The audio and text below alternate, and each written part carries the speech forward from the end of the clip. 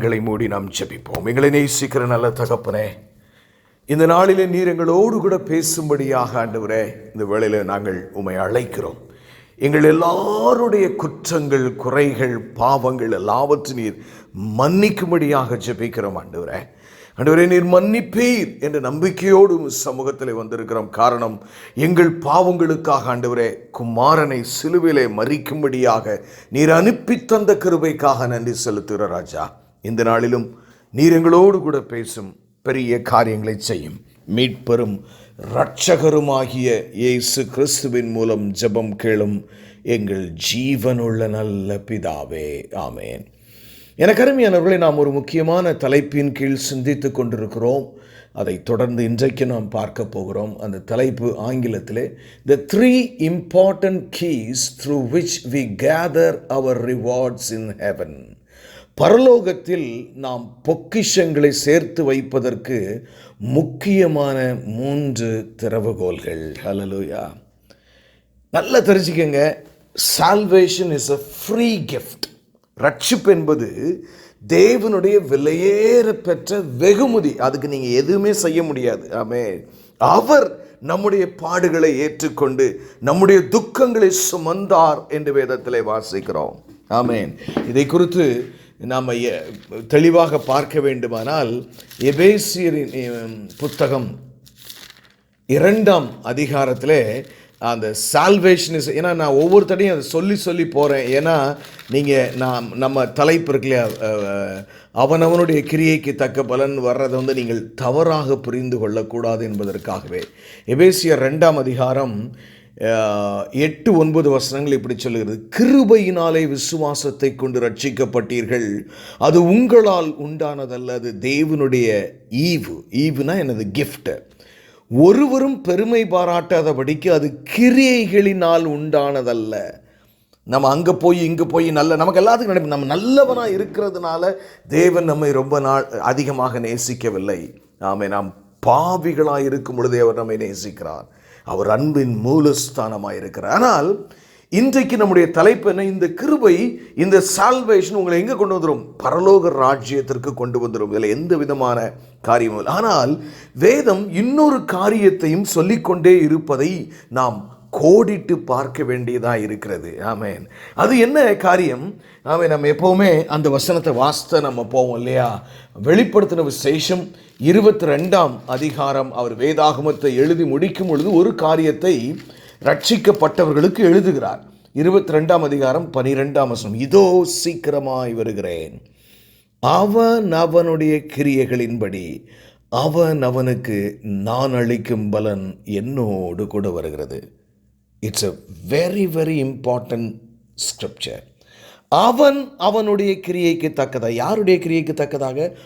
உங்களுடைய கிரியைக்கு தக்கதாக. அவன் அவனுடைய கிரியைக்கு தக்கதாக நான் அளிக்கும் பலன். அந்த பலன் என்னன்னே ஆண்டவர் சொல்லலைங்க. we don't know. it must be great. ஏன்னா நம்ம இன்ட்ரோடக்ஷனில் பார்த்தோம், 7-8 வசனங்களுக்கு மேலாக அதை மீண்டும் மீண்டும் அந்த கருத்து வலியுறுத்தப்படுகிறது புதிய ஏற்பாட்டில்.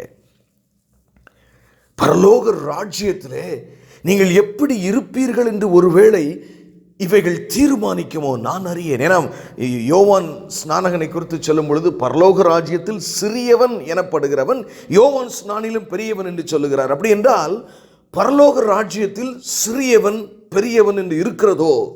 யோசித்து பாருங்கள் பிரியமானவர்களே. எந்த அடிப்படையில் இருக்கும்?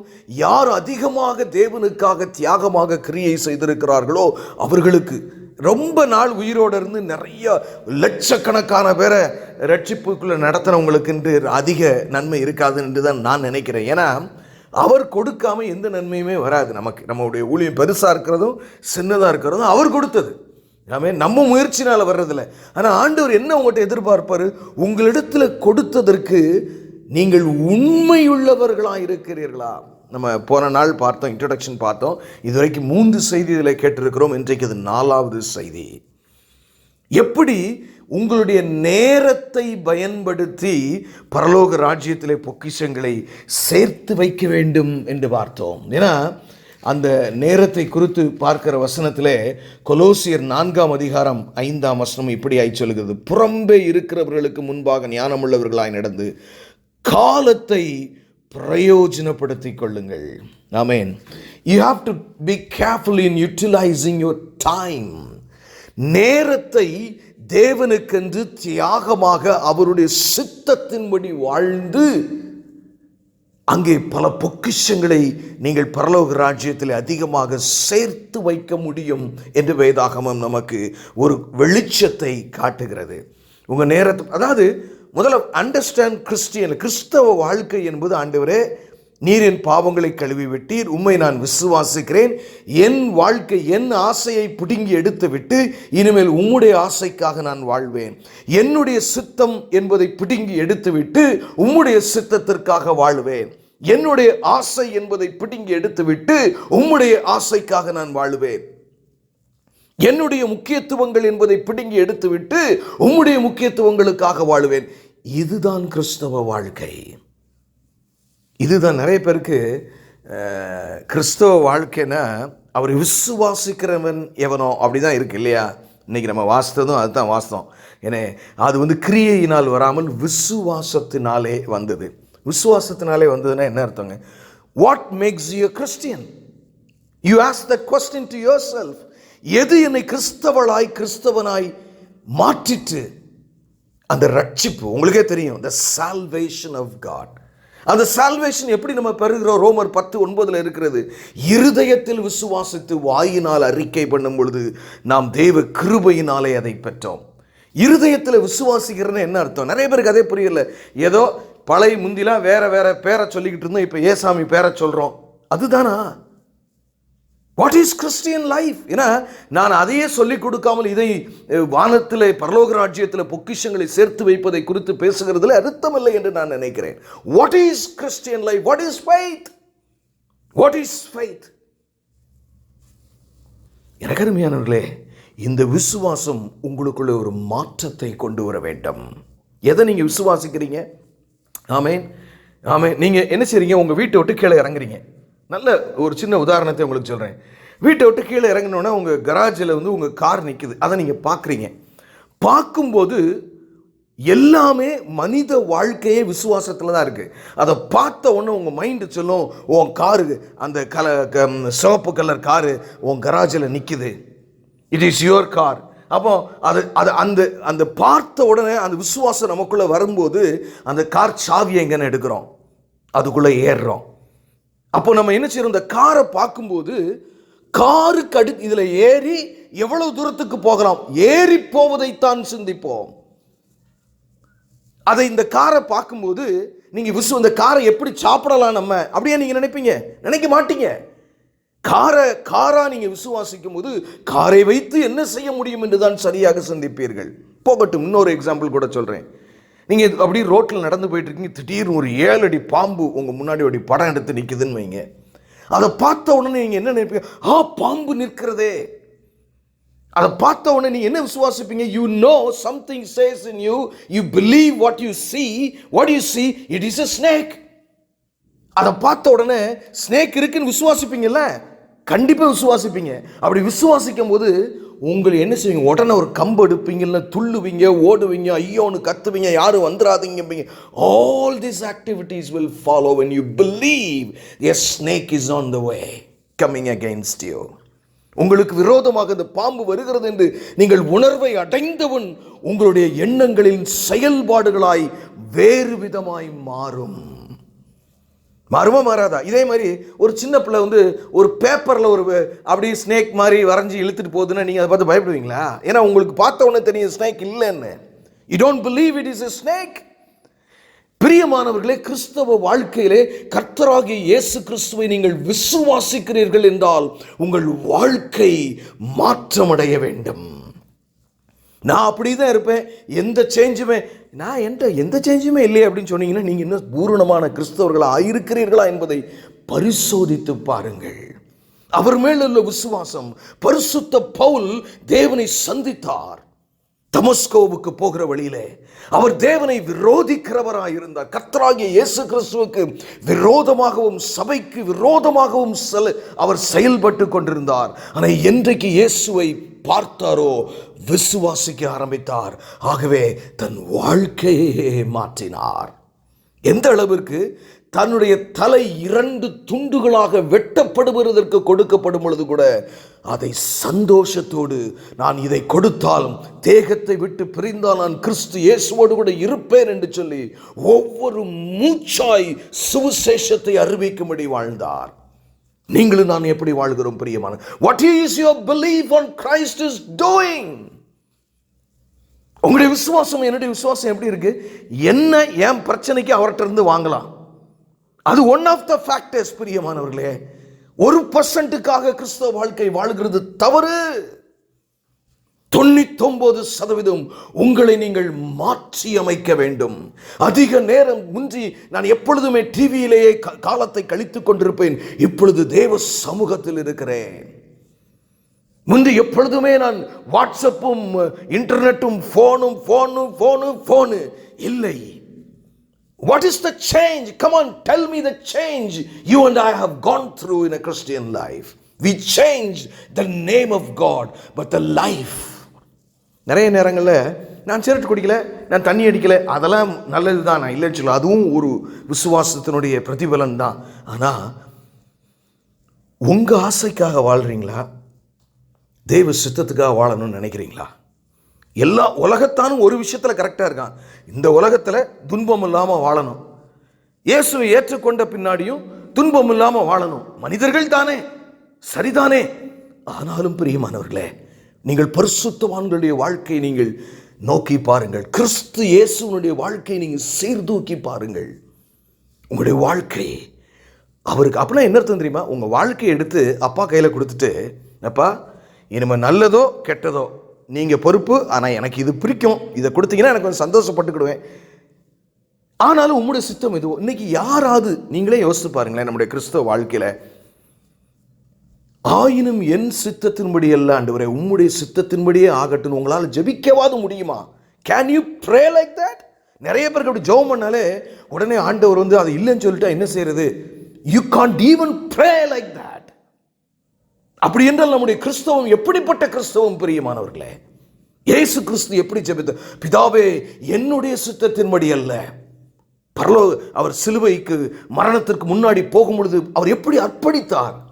எனக்கு அது கஷ்டம்தான், ஆனாலும் என் சித்தம் அல்ல உம்முடைய சித்தம் நிறைவேறட்டும் என்று சொன்னார். அதுதான் கிறிஸ்தவ வாழ்க்கை. நான் அப்படிப்பட்டவர்களோடு மேன்மையான ஒரு காரியத்தை நான் பேசிக் கொண்டிருக்கிறேன். பரலோக ராஜ்யத்தில் பொக்கிஷங்களை சேர்த்து வையுங்கள், அவன் அவனுடைய கிரியைக்கு தக்க பலன் என்னோடு கூட வருகிறது. ஹல்லேலூயா. தியாகமுள்ள ஒரு இறை வழிபாட்டிற்கு நீங்கள் ஆயத்தமாயிருக்கிறீர்களா? இல்லை எப்பொழுது பார்த்தாலும் you are focusing on only your problems. Problems do stay with you. Do stay with you. இப்போ ஒரு சீசனில் அது சரியாயிரும், அடுத்த வயசில் பார்த்தா இன்னொரு விதமாக பிரச்சனை வரும். I have gone through so many situations. முதல்ல சொல்லுவாங்க, ஆண்டவரே எங்களுக்கு ஒரு குழந்தையை கொடுங்க ஆண்டவரேம்பாங்க. அது வந்துடும், அது எல்லாத்துக்குமே வரும். ஜெபிக்கும் போது ஆண்டவர் நிச்சயம் தருவார். அடுத்து பார்த்தீங்கன்னா இந்த பிள்ளைகள் வளர்ந்து வரும்போது பார்த்தா காய்ச்சல், பலவீனம், ஆஸ்பத்திரி. ஐயோ பிரதர் எனக்கு ஜெபம் பண்ணுங்க, என் பிள்ளை காய்ச்சல், ஆஸ்பத்திரியில் நான் அட்மிட் பண்ணியிருக்கேன். Every season will bring enough problems in life. That is not the thing to be focused. Focus on Jesus Christ. சிலுவையிலே மரித்து உயிர் தெழுந்தவரை பாருங்கள். இப்போ இந்த கவலையை நீங்கள் அவர் மேலே வச்சுட்டீங்கன்னு வைங்களேன், லகுவாயிரும். அவர் சித்தம் தான் எனக்கு கிடைக்குங்க, எனக்கு அவர் சித்தம் இருந்தால் எனக்கு சாப்பாடு கிடைக்குங்க, அவர் சித்தம் இருந்தால் என்னை குணமாக்குவாருங்க, அவர் சித்தம் இருந்தால் என் ஜெபத்தை கேட்பாருங்க. அப்படி கேட்காட்டாலும் அது எனக்கு நன்மையாக தாங்க முடியும். சாத்ராக், மேஷக், ஆபேத்நேகோவினுடைய விசுவாசம் தான் உண்மையான விசுவாசம். என் தேவனாகிய கர்த்தர் இந்த அக்னியிலிருந்து எங்களை விடுவிக்க வல்லவராயிருக்கிறார். அவர் ஒருவேளை சித்தம் கொண்டு எங்களை விடுவிப்பதற்கு அவர் சித்தம் கொள்ளாமல் போனாலும் நாங்கள் இந்த சிலையை வணங்குவதில்லை. எனக்கு அருமையான தேவஜனமே, எனக்கு அருமையான தேவஜனமே, அப்படிப்பட்ட ஒரு விசுவாசத்தை அப்படிப்பட்ட ஒரு விசுவாசத்தை தேவன் உங்களுடைய வாழ்க்கையில எதிர்பார்க்கிறார். ஹல்லேலூயா. நீங்கள் அவர் கையில் ஒப்புக் கொடுக்க வேண்டும். இன்னைக்கு எப்படி சபைகளில் கிறிஸ்தவம் போதிக்கப்படுகிறது? உனக்கு பிரயோஜனமாய் கர்த்தர் எல்லாமே. God is not your servant, he will never be your servant. You are his servants. நாம் தான் அவருக்கு வேலைக்காரர்கள், பிள்ளைகள். பிரியமானவர்களே, அவர் சர்வ வல்லமையுள்ள தேவன். அவர் எதிர்பார்க்கிறதெல்லாம் மலுகுணம் என் சித்தத்துக்கு. ஏன்னா பரலோக ராஜ்யத்தை சொல்லிக் கொடுக்கும்போது அவர் என்ன சொல்றாரு? பரமண்டலங்களிலும் சித்தம் செய்யப்படுகிறது போல பூமியில் முதல்ல உங்க வாழ்க்கையில என் வாழ்க்கையில நடக்கணும். நம்முடைய கவலைகளை எடுத்து வச்சு அப்படி லேப்ல வச்சு அனலைஸ் பண்ற மாதிரி பாருங்க. உங்களுடைய சந்தோஷங்களை எடுத்து வச்சு லேப்ல அனலைஸ் பண்ணி பாருங்க. உண்மையிலேயே ஒரு கிறிஸ்தவ வாழ்க்கை வாழ்ந்தால் எந்த நிலைமையிலும் உங்களுக்கு சமாதானம் இருக்கும். உண்மையிலேயே உங்களுக்கு சமாதானம் இருக்கா இல்லையா? Do you have the peace that passeth all understanding?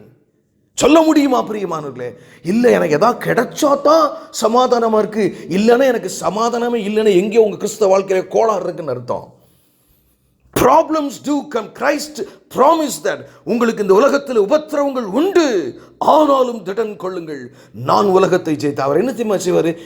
வெளியில 1000 பிரச்சனை வந்தாலும் உள்ளத்துல அப்படிப்பட்ட சமாதானம் நிறைந்திருக்கும். அதுதான் கிறிஸ்தவ வாழ்க்கை. Check that first. அதை முதலாவது பரிசோதித்து பார்க்க வேண்டும் பிரியமானவர்களே. சமாதானம் எனக்கு இருக்கிறதா? கடவுள் சமாதானம் இல்லாமல் இருக்கிறது இயேசுவினுடைய சித்தமே அல்ல. There may be troubles coming, இல்லை நான் சொல்லல. ஏன்னா நிறைய நேரங்களிலே, ஹல்லேலூயா, ஆமென், நிறைய நேரங்களிலே, ஆமென் பிரியமானவர்களே, ஹல்லேலூயா. என்னுடைய பேரன் கூட அவன் ஹாஸ்பிட்டலைஸ் 2 நாளாக யூஏல ஹாஸ்பிட்டலில் தான் இருக்கிறான். ஆமென். அவன் பாவம் போல் கையெல்லாம் கட்டு போட்டு அந்த என் மனைவியோட கேட்டேன், என்னங்க பேரன் எப்படி இருக்கான்? பேரன் எப்படி இருக்கான்? உண்மைதான். I have the peace within me. He will be all right. He will be all right. Hallelujah. நம்முடைய தேவன் நம்மோடு கூட இருக்கிறார். நீதிமானுக்கு வரும் துன்பம் அநேகமாக இருக்கும், அவை எல்லாவற்றிலிருந்து கர்த்தர் உங்களை என்னை விடுவிப்பார். சும்மாலாம் ஆண்டவர் எந்த உபத்திரவத்தையும் அனுப்பல. ஆனால் நீங்கள் எப்படிப்பட்டவர்களை வாழணும் பிரியமானவர்களே? இப்படி அறிந்து கொண்ட கிறிஸ்தவ வாழ்க்கையை, பொக்கிஷத்தை பரலோகத்தில் சேர்த்து வைக்கிறது கர்த்தருடைய வேலையில், உங்கள் வேலையா. அவனுடைய கிரியைக்கு தக்கதாக ஆண்டவரே சொல்றாரு. இல்லை சொன்னாரா சொல்லலையா? பரலோக ராஜ்யத்திலே நீங்கள் பொக்கிஷங்களை சேர்த்து வையுங்கள். பரலோக ராஜ்யத்திலே நீங்கள் பொக்கிஷங்களை சேர்த்து வையுங்கள். நீங்க தான் சேர்த்து வைக்கணுமா? எனக்கு அருமையான தேவஜனமே, நீங்க தான் சேர்த்து வைக்கணுமா? சிந்தியுங்கள். ஆமென், ஆமென், ஆமென், ஹல்லேலூயா. எனக்கு அருமையான தேவஜனமே, எனக்கு அருமையான தேவஜனமே, பரலோக ராஜ்யத்திலே பொக்கிஷங்களை சேர்த்து வையுங்கள். யார்கிட்ட சொன்னாரு? நான் உங்களுக்காக சேர்த்து வைப்பேன். அவர் வீடு கட்டுறாரு, அது யோவான்ல சொல்றாரு. உங்களுக்காக போய் ஒரு ஸ்தலத்தை நான் ஆயத்தம் பண்ணுவேன். எல்லா ரட்சிக்கப்பட்டவனையும் சும்மா நடுத்தரெல்லாம் விட மாட்டாரு. But I don't know. Bible doesn't tell what is that great reward is going to be. அவனுடைய கிரியைக்கு என்ன பலன் வரும் என்று வேதம் சொல்லவில்லை. ஆனால் என்னோடு வருகிறது என்று சொல்கிறாரே, அது மிக முக்கியமானதாக இருந்தால் நீங்களும் நானும் கவனத்தோடு வாழ வேண்டும். முதல்ல ஆண்டவர் கேட்பாரு, என் சித்தம் செய்தாயான்னு கேட்பார். ஏன்னா பைபிளில் வசனம் தெளிவாக சொல்லுது, பிதாவின் சித்தத்தின்படி செய்கிறவனே அல்லாமல் ஒருவனும் பரலோக ராஜ்யத்தில் பிரவேசிக்க மாட்டான். இப்போ நீங்க விசுவாசின்னு சொன்னா, உங்க சித்தத்தை விட்டுட்டு அவர் சித்தத்துக்கு வாழ ஆரம்பிச்சாதான் நீங்க கிறிஸ்தவர்களே. இல்லைன்னா நீ you believe in the name of God, but என் நாமத்தை சொல்லியும் தீமையை விட்டு நீங்கள் விலகவில்லை. அண்டர்ஸ்டாண்ட். இன்னைக்கு எது கிறிஸ்தவம் என்று சொல்லிக் கொடுப்பதற்கு கூட பிரசங்கிகளும் இல்லை, ஆட்களும் இல்லை. பிரியமானவர்களே, பிசாசின் மாய தந்திர வலைகளிலே விழுந்து சிக்கிக் கொண்டிருக்கிறோம். எதை முக்கியப்படுத்த வேண்டும் என்றே தெரியவில்லை. ஊழியங்களில் சண்டை. நீ என்னடா செய்வது, நான் என்னடா சொல்லுவது. விட்டுக் கொடுக்க மனதில்லை, மன்னிக்க மனதில்லை, இறக்கப்பட மனதில்லை, கொடுக்க மனதில்லை. எனக்கு அருமையான தேவஜனமே, இஸ்ரவேலின் தேவன் உங்களை அழைக்கிறார். ஹல்லேலூயா. இஸ்ரவேலின் தேவன் உங்களை அழைக்கிறார். ஆமேன், உன் நேரத்தை எனக்காக செலவழிக்க நீ ஆயத்தமாக இருக்கிற. முதல் காரியம் அப்படி பார்த்தோம், எப்படி நம்ம ரிவார்டை சேர்த்து வைக்கணுமா? By giving your time for the glory of God. Second, உங்களுடைய தாளந்துகள். ஏன்னா அந்த தாளந்துகள் எங்கிருந்து வருதான்? ஆமேன் வாசிப்போமா? யாக்கோபின் புஸ்தகம் 1ஆம் அதிகாரத்திற்கு நேராக நாம் கடந்து போவோம். யாக்கோபின் புஸ்தகம் 1ஆம் அதிகாரம் 17ஆம் வசனம் இப்படியாய் சொல்லுகிறது, நன்மையான எந்த ஈவும், ஹல்லேலூயா, பூரணமான எந்த வரமும் பரத்திலிருந்துண்டாகி ஜோதிகளின் பிதாவிடத்திலிருந்து இறங்கி வருகிறது. அவரிடத்தில் யாதொரு மாறுதலும் யாதொரு வேற்றுமையும் நிழலும் இல்லை. நன்மையான எந்த ஈவும் பூரணமான எந்த வரமும் பரத்திலிருந்து உண்டாகி ஜோதிகளின் பிதாவினிடத்திலிருந்து, அவருடைய சிங்காசனத்தின் அடியிலிருந்து புறப்படுகிறது. God gives you talents. நான் ஏன் தெரியுமா பிரசங்கம் பண்ணுறேன்? எனக்கு பைபிள் ரொம்ப தெரிஞ்சனால நான் பிரசங்கம் பண்ணலங்க. Because God has given me some gift that I can speak. பேசுகிற தாளந்து எனக்கு கொடுத்திருக்கிறார். அது என்ன எனக்கு கொடுத்திருக்கிறாரோ நான் அதை அவருக்கு திருப்பி அதை அநேகருக்கு வைக்கணும்னு நினைக்கிறேங்க. உங்களெல்லாம் செய்தி கேட்க வாங்கன்னு சொல்றதுக்கு ஒரே காரணம் அதுதான் உண்டு. What God has given. ஒரு சிலருக்கு தனக்கு செல்வத்தை அவர் கொடுத்திருக்கலாம், அதை குறித்து நம்ம அடுத்து பார்ப்போம். உங்களுடைய தாளந்து என்ன? சிறு குழந்தைகளுக்கு அவர்கள் அப்படியே மேனேஜ் பண்ணி அழகா கொண்டு போவீங்களா? இல்லை ஒரு கடினமான சூழ்நிலையில் அப்படியே அட்மினிஸ்ட்ரேஷன் அழகா பண்ணுவீங்களா? இல்லை பிள்ளைகளை வளர்ப்புதலை நேர்த்தியானவர்களா? நீங்கள் நினைக்கிற மாதிரி பெரிய ஊழியர் செய்கிறவங்கெல்லாம் பெரிய ஆளாக இருப்பாங்கலாம் பரலோகராஜ்யம் சொல்ல முடியாது. அந்த ஊழியக்காரங்கள் சமைச்சு போட்டவங்க அதோட பெரிய ஆளாக கூட இருக்கலாம். ஃபைட்ஃபுல்னஸ். உங்களுக்கு என்ன கொடுத்திருக்கிறார்? திறமையாக சமைக்க உங்களுக்கு கிருபை கொடுத்திருக்கிறாரா? படங்களை வரைய கொடுத்திருக்கிறாரா? நீ யோசிச்சு பாருங்க, படம் வரைகிறவங்க எத்தனை பேர் ஆண்டவருடைய அந்த பேரபிள்ஸ், ஓமைகளை யார் அப்படி அழகா படத்தில் ரொம்ப ரேருங்க. என்ன கிடைச்சாலும் நமக்காக பயன்படுத்துகிறோம். பாடல் தாளந்துகள் இருக்கிறது. நிறைய நேரம் நம்ம எப்படி நினைக்கிறோம் தெரியுமா? ஆண்டவரே, நான் உமக்கு ஊழியம் செய்ய எனக்கு ஆசை இருக்கிறது, நீர் எனக்கு ஒரு நல்ல ஜீப்பை வாங்கி தந்தீங்கன்னா நான் அதில் கிராமமாக. ஒரு காலம் அந்த ஜீப் வராது. இருக்கிற காலில் நடந்து முதல்ல ஊழியத்தை ஆரம்பி. இருக்கிற சைக்கிளை நீ முதல்ல, உனக்கு நான் என்ன தாளந்து கிருபை கொடுத்திருக்கிறேனோ அதில் நீ ஆரம்பி. கர்த்தரை நம்ம ஏமாற்றவே முடியாதுங்க. சும்மா அப்படி இப்படின்னு துள்ளிக்கிட்டு அப்படிலாம் ஒரு பிரயோஜனம் இல்லை. God is, ஏன் நல்லா யோசிங்க பிரியமானவர்களே. ஆபிரகாம் வாழ்ந்த ஊர் தேசத்தில், ஆமேன், ஈராக்கில், ஆமேன், எத்தனை பேர் இருந்திருப்பாங்க அந்த தெருவில்? Why Abraham? ஏன் அவர் ஏப்ரகாமை மாத்திரம் தேர்ந்தெடுத்தார்? அவர் யாருனாலும் நீங்கள் சொல்லிடலாம் உடனே, அது கர்த்தர் யாருனாலும் அவர் தேர்ந்தெடுக்கலாம். அப்படி தேர்ந்தெடுத்திருக்க மாட்டார் தான் நான் நினைக்கிறேன். அவனுடைய குணத்தை அவர் பார்த்திருப்பார். நிறைய பேருக்கு தெரியாது, உங்கள் ஆசீர்வாதத்துக்கும் உங்கள் குணத்துக்கும் நிறைய சம்பந்தம் இருக்கு. உங்களுடைய பிரச்சனைக்கும் உங்களுடைய குணத்துக்கும் எவ்வளவு சம்பந்தம் இருக்குன்னு உங்களுக்கே தெரியுதோ, அதே மாதிரி தான் ஆசீர்வாதத்துக்கும். Be careful. கர்த்தருக்கு உங்கள் தாளந்துகளை, எனக்கு கொடுத்திருக்கிற பிள்ளையை கொடுத்திருக்கிறாரு. அது கிஃப்ட் தானே. பிள்ளை இல்லாதவன்ட்ட கேட்டு பாருங்க, அப்போ தான் தெரியும். இட் இஸ், பிள்ளைகள் கர்த்தரால் வரும் சுதந்திரமா. கிஃப்ட் பிளஸ் லீகல் ஹேர் சர்டிஃபிகேட்டோட வருது. நீங்கள் ஆண்டவருக்கு கொடுத்துட்டீங்களா? Have you given it to God? Have you given it to God? No. Is there a, கர்த்தர் உங்களுக்கு நிறைய அப்படி கொடுக்குறாருங்க. எவ்வளவோ காரியங்களை கொடுக்குறாரு. நாம ஃபோக்கஸ் இப்போ என்ன பண்ணிக்கிட்டு இருக்கோம்? அவர் எனக்கு என்ன தாளந்து கொடுத்திருக்கிறார்? என்ன தாளந்து கொடுத்திருக்கிறார்? ஏன்னா சில நேரங்களில் உங்கள் தாளந்தே உங்களுக்கு தெரியாமல் கூட இருக்கலாம். எப்போ தெரிய வரும் தெரியுமா? நீங்கள் தேவ சித்தத்தில் போய் உட்காரும் போதான். நான் முதலாவது என்னுடைய கல்லூரி படிப்பை முடித்த பின்பு பார்த்தீங்கன்னா, நான் யார்கிட்டையுமே ரொம்ப பேச மாட்டேன். ரொம்ப ஃபியூ பீப்புளோட தான் பழகுவேன். ரொம்ப ஒரு மாதிரி செக்லூடடாக தான் இருப்பேன். ஆனால் நான் ஒரு பிரிண்டிங் ப்ரெஸ்ஸில் மேனேஜராக ஜாயின் பண்ணுறதுக்கு எனக்கு முதலுடைய ஜாப் எனக்கு அதுதான். 500 ரூபா சம்பளம். ஏன்னா அதில் தான் நான் முதல்ல போனேன். அவர் நான் உண்மையாக இருக்கிறத பார்த்து நீங்களே பொறுப்பாக பார்த்துக்குங்க அப்படின்னு சொல்லி கொடுத்தாரு. அங்கே போன பின்னாடி தான் ஓஹோ நமக்கு நாக்கில் தான் ஈரம் இருக்கிறது, அங்கே தான் எங்கேயோ நமக்கு டேலண்ட் இருக்கிற மாதிரி தெரியுது அப்படின்னு நான் நினைத்தேன். உண்மை. நான் அந்த ப்ரெஸ் விட்டு வெளியில் வந்துட்டேன். ஒரு நாள் பார்த்து அந்த ப்ரெஸ் பூட்டி கிடந்துச்சு. நான் பெருமைக்காக சொல்லவில்லை பிரியமான. அந்த ஓனரை பார்த்து, என்னண்ணே இப்படி ப்ரெஸ்ஸை க்ளோஸ் பண்ணிட்டீங்க? அவர் சொன்ன வார்த்தை என்ன தெரியுமா பிரியமானவர்களே? உன்னை போல இன்னொரு உத்தமனை நான் கண்டுபிடிப்பது அரிது, ஆகவே நான் அந்த ப்ரெஸ்ஸை க்ளோஸ் பண்ணிவிட்டேன் என்று சொன்னார். What? How is your life? நீங்கள் நீதியோடு வாழ்கிறீர்களா பிரியமானவர்களே? உங்கள் பேச்சு எப்படிப்பட்டதாக இருக்கிறது?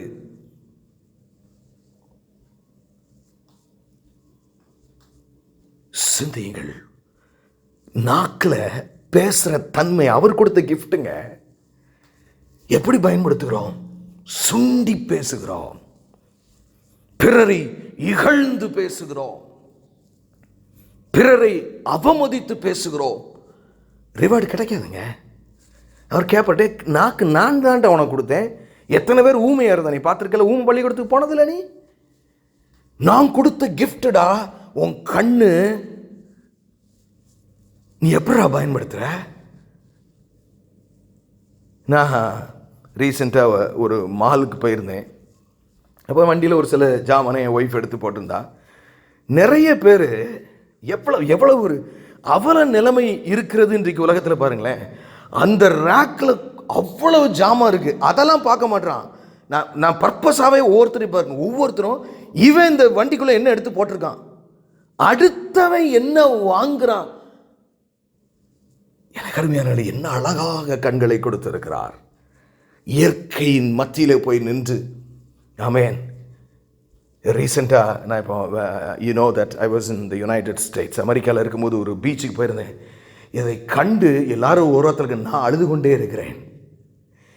எவ்வளவு நேர்த்தியாய் படைத்திருக்கிறீரப்பா, நீர் எவ்வளவு பெரியவரோ, உம்மை இன்னும் நான் அறிய வேண்டுமே. நீர் யார்?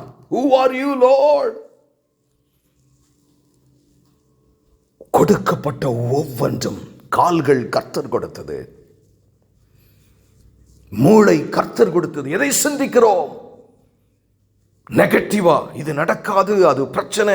We're all the time focusing on what Satan is throwing light on. பிசாசு வெளிச்சடிச்சு காட்டுறதுல தான் அதிகமாக இன்னைக்கு ஜனங்கள் ஈர்க்கப்படுகிறார்கள். நமக்கு கொடுத்த தாளந்து எல்லாருக்கும் நான் நன்மை செய்ய வேண்டும். எத்தனை பேர் நீங்கள் படிச்சிருப்பீங்க, உங்களுக்கு வேலை பார்க்க முடியாமல் இருக்கும். ஈவினிங் அந்த ஏரியாவில் இருக்கிற சின்ன பிள்ளைகள்லாம் கூட்டு ஒரு ஃப்ரீ டியூஷன் நடத்தி அவங்களுக்கு ஆண்டவர் கொடுத்து சொன்னால், நீங்கள் ஃப்ரீ டியூஷன் நடத்தி பாருங்க. நீங்கள் நம்ம ஏசாமிட்ட ஜெபம் செய்யணும். No parent will complain. உங்களுடைய நற்கிரியைகள் பிறன் முன்பாக வெளிச்சமாயிருக்க கடவுது என்று கிறிஸ்து சொன்னாரே. அதை கண்டு பரலோகத்தில் பிதாவை அவங்க மகிமைப்படுத்தணுமா? உங்கள் வெளிச்சம் என்னங்க வெளிச்சம்? டார்ச் லைட் அங்கே நம்மகிட்ட இருக்கு. வாழ்க்கை தேவன் உங்களுக்கு கொடுத்திருக்கிற அந்த தாளந்துகளை எப்பவுமே எனக்கு நீர் என்ன செஞ்சீர்னு ஒரு அக்யூசிங் ஸ்பிரிட்டோட வாழ்வது கிறிஸ்தவ வாழ்க்கை. You haven't started Christian life. You are not a Christian at all. நான் என்னத்தை சொல்லுவேன் பிரியமானவர்களே? கிறிஸ்தவ வாழ்க்கை என்றால் என்ன என்றே தெரியாமல் வாழ்ந்து கொண்டிருக்கிற ஜனத்தை நான் பார்க்கிறேன். It is submitting to God's will. It is submitting to God's will. நீங்க பச்சைய சிந்திங்க. உங்களுக்கு ஒரு காரியம் உங்களுக்கு வேணும், அது தேவன் தர்றது தேவ சித்தம் இல்லைன்னா உங்களால் ஏற்றுக்கொள்ள முடியுமா? சிந்தைகள் பெரியமானவர்களே. It was not easy for Jesus to go through the cross. The one who created the world was naked on the cross. அவர் முதல்ல ஸ்திரீயின் கற்பத்துக்குள்ள போன் பிதா தான் தகப்பன் சொல்லும்போது அதுவே அவருக்கு அவ்வளவு பெரிய இஷ்யூங்க. மரண பரியந்தம் தன்னை தாழ்த்தினாராம். உங்களுக்கு கொடுத்த தாளந்துகளை கொண்டுதான் நீங்க நிறைய ரிவார்டு ஆண்டவர் சின்ன சின்னதை கொடுத்திருப்பாரு. அதை வைத்து தான் நீங்க ரிவார்ட் சம்பாதிக்கணும். பரலோக ராஜ்யத்தில் அங்கே போயிட்டு எனக்கு இதெல்லாம் தெரியாமல் போச்சே, இது தெரிஞ்சிருந்த ஆண்டவரை என்னை திருப்பி மட்டும் ஒரே ஒரு முறை அனுப்ப மாட்டாரு. இதுவே காலம். இந்த நேரம் சத்தியத்தை தெரிந்த நீங்கள் ஏன்னா நல்லா தெரிஞ்சுக்கங்க, மீண்டும் சொல்லுகிறேன், 100 வருஷத்துக்கு முன்னாடி வாழ்ந்த யாருமே இப்ப இல்லை. நீங்கள் செத்து போயிருவீங்க.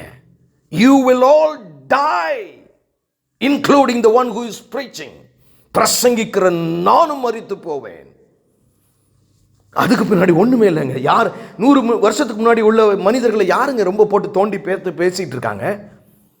The time, the talent God has given is now or never.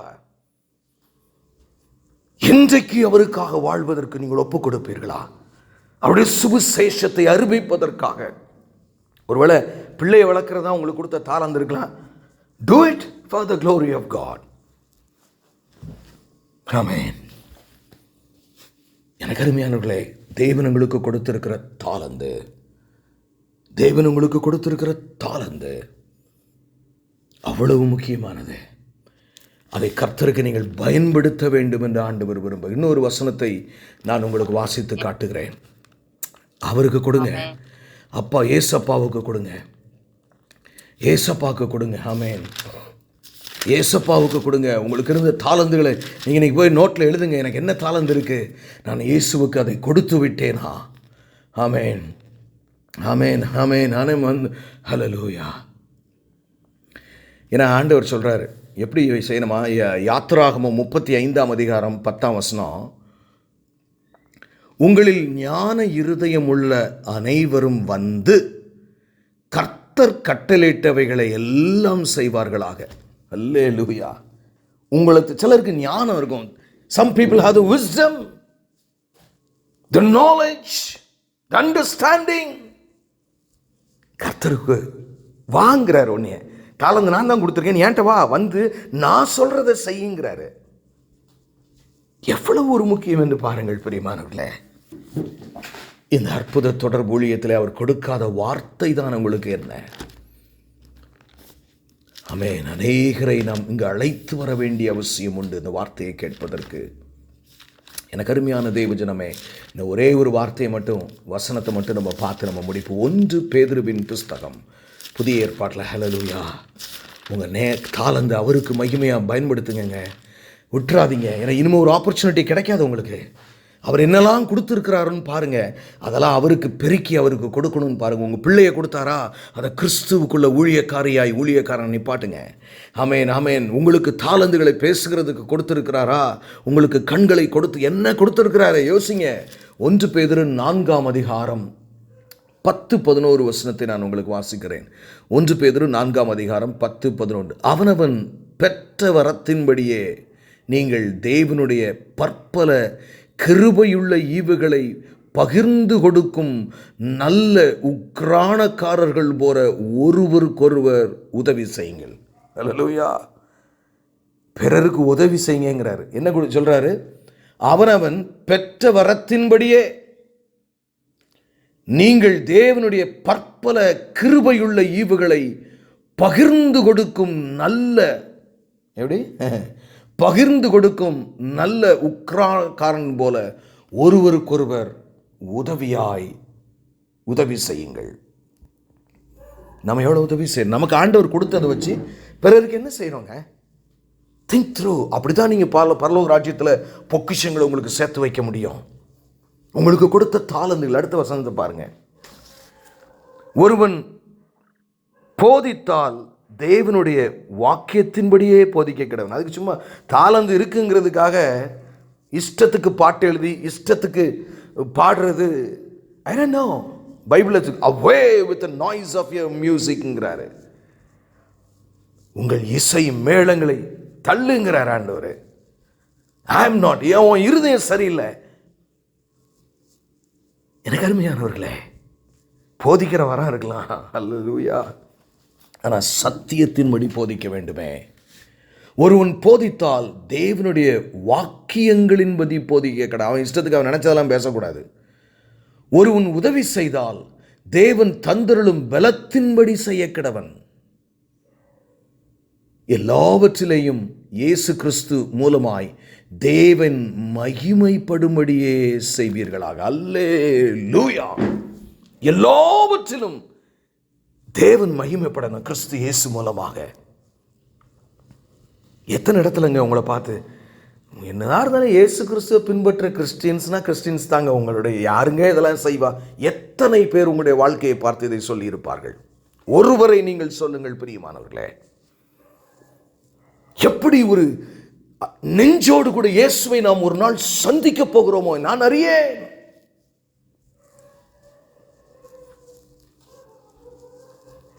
இரண்டு நாட்களுக்கு முன்பதாக ஒரு சாதாரண செக்யூரிட்டி ஒருவரை நான் சந்தித்தேன். அவர் நாம் பைபிள் கொண்டு போகிறத பார்த்து அவர் ஒரு மாதிரி அப்படி இப்படி பார்த்தாரு. அப்புறம் என்கிட்ட பேசினார். அவரும் பைபிள் வச்சுருந்தார். என்ன என்று கேட்டேன். என் மொழி பேசுகிறவர் அல்ல.